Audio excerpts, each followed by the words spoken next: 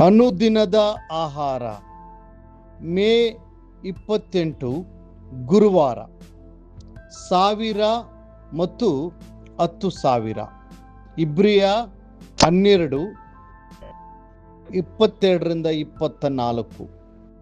ಆದರೆ ನೀವು ಚಿಯೋನ್ ಪರ್ವತಕ್ಕೂ ಜೀವ ಸ್ವರೂಪನಾದ ದೇವರ ಪಟ್ಟಣವಾಗಿರುವ ಆ ಪರಲೋಕದ ಯೆರೂಸಲೇಮಿಗೂ ಉತ್ಸವ ಸಂಘದಲ್ಲಿ ಕೂಡಿರುವ ಕೋಟ್ಯಾನುಕೋಟಿ ದೇವದೂತರ ಬಳಿಗೂ ಬಂದಿದ್ದೀರಿ.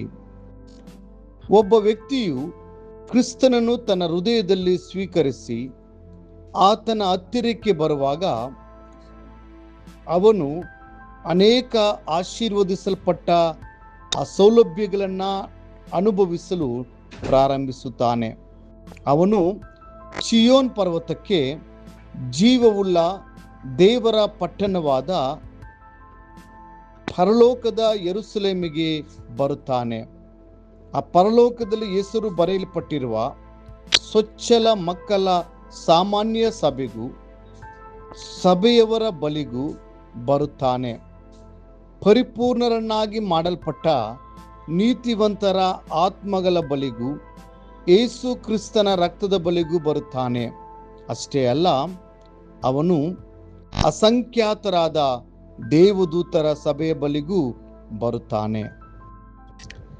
ನಮ್ಮ ಪರಲೋಕ ತಂದೆಯ ಕುಟುಂಬವು ವಿಶಾಲವಾದದ್ದು ಮತ್ತು ಮಹಿಮೆಯುಳ್ಳದಾಗಿದೆ. ಅದು ಭೂಮಿ ಮತ್ತು ಆಕಾಶ ಎರಡರಲ್ಲಿಯೂ ವಿಸ್ತರಿಸಿದೆ. ಭೂಮಿಯ ಮೇಲೆ ಲಕ್ಷಾಂತರ ವಿಶ್ವಾಸಿಗಳಿದ್ದಾರೆ. ಆ ಪರಲೋಕದಲ್ಲಿ ಎಣಿಕೆ ಇಲ್ಲದ ಕೆರೂಬಿಗಳು, ಸೆರಾಫಿಯರು ಮತ್ತು ದೇವದೂತರಿದ್ದಾರೆ. ನಿಜವಾಗಿಯೂ ಕ್ರಿಸ್ತನ ಕುಟುಂಬವು ಅತ್ಯಂತ ಮಹಿಮೆ ಉಳ್ಳದಾಗಿದೆ. ಅನೇಕ ಜನರು ತಪ್ಪಾಗಿ ಭಾವಿಸುವುದೇನೆಂದರೆ, ಯಾರಾದರೂ ಕ್ರಿಸ್ತನನ್ನ ನಂಬಿದರೆ ಅವರು ಸಮಾಜದಲ್ಲಿ ಕೆಳಮಟ್ಟದವರಾಗುತ್ತಾರೆ, ಎಲ್ಲ ಸೌಲಭ್ಯಗಳನ್ನು ಕಳೆದುಕೊಳ್ಳುತ್ತಾರೆ, ಅವಕಾಶಗಳನ್ನು ತಪ್ಪಿಸಿಕೊಳ್ಳುತ್ತಾರೆ ಅಥವಾ ಈ ಸಮಾಜದಿಂದ ತಿರಸ್ಕರಿಸಲ್ಪಡುತ್ತಾರೆ ಎಂದು ನಂಬುತ್ತಾರೆ. ಆದರೆ ನಿಜವಾದ ಸತ್ಯವೇನೆಂದರೆ, ಒಬ್ಬ ವ್ಯಕ್ತಿಯು ಎಷ್ಟೇ ಪಾಪಿಯಾಗಲಿ ಅಥವಾ ಬಡವನಾಗಲಿ, ಆತನು ಯೇಸು ಕ್ರಿಸ್ತನನ್ನ ಅಂಗೀಕರಿಸಿದಾಗ ಅವನು ಸರ್ವಶಕ್ತನಾದ ದೇವರ ಸನ್ನಿಧಿಗೆ ಬರುತ್ತಾನೆ. ಅವನು ರಾಜಾದಿರಾಜನ ಮಗನಾಗುತ್ತಾನೆ ಅಥವಾ ಮಗಳಾಗುತ್ತಾಳೆ ಮತ್ತು ಅಸಂಖ್ಯಾತ ದೇವದೂತರಿಂದ ತುಂಬಿರುವ ಕುಟುಂಬವನ್ನು ಪ್ರವೇಶಿಸುತ್ತಾನೆ. ನಾವು ದೇವದೂತರ ಬಳಿಗೆ ಬರುವಂತೆಯೇ ದೂತರು ನಮ್ಮ ಬಳಿಗೆ ಬರುತ್ತಾರೆ. ದೇವರು ನಿಮಗೋಸ್ಕರ ದೇವದೂತರನ್ನು ನೇಮಿಸಿದ್ದಾರೆ. ಅವರು ಮಹಾಪರಾಕ್ರಮಶಾಲಿಗಳು ಮತ್ತು ಅತ್ಯಂತ ವೇಗವಾಗಿ ಚಲಿಸುವವರು ಆಗಿದ್ದರೂ ನಮ್ಮ ಸೇವೆ ಮಾಡುವುದಕ್ಕಾಗಿ ಆತನು ಅವರನ್ನು ಸೇವಕ ಆತ್ಮಗಳನ್ನಾಗಿ ಮಾಡಿದ್ದಾನೆ. ಸತ್ಯವೇದವು ಹೀಗೆ ಹೇಳುತ್ತದೆ, ಇವರೆಲ್ಲರೂ ರಕ್ಷಣೆಯನ್ನು ಬಾಧ್ಯವಾಗಿ ಹೊಂದಬೇಕಾಗಿರುವವರ ಸೇವೆಗೋಸ್ಕರ, ಕಲಿಸಲ್ಪಡುವವರ ಸೇವೆಗೋಸ್ಕರ ಉಳಿಗದ ಆತ್ಮಗಳಲ್ಲವೋ.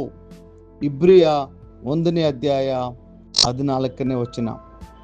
ಸೈತಾನನು ನಮ್ಮನ್ನು ಶೋಧಿಸಲು ಅಥವಾ ನಾಶ ಮಾಡಲು ತನ್ನ ಸೈನ್ಯವನ್ನು ಕಳುಹಿಸಲು ಯೋಚಿಸುವಾಗ ನಮ್ಮ ಕರ್ತನು ನಮ್ಮನ್ನು ರಕ್ಷಿಸಲು ಅಗ್ನಿರಥಗಳನ್ನು, ಕುದುರೆಗಳನ್ನು ಮತ್ತು 10,000 ದೇವದೂತರುಗಳನ್ನು ಕಳುಹಿಸಲು ಸಿದ್ಧವಾಗಿದ್ದಾರೆ. ಪ್ರಿಯ ದೇವರ ಮಕ್ಕಳೇ, ನೀವು ಕ್ರಿಸ್ತನ ಕುಟುಂಬದಲ್ಲಿ ದೃಢವಾಗಿ ಬೇರೂರುತ್ತೀರಾ?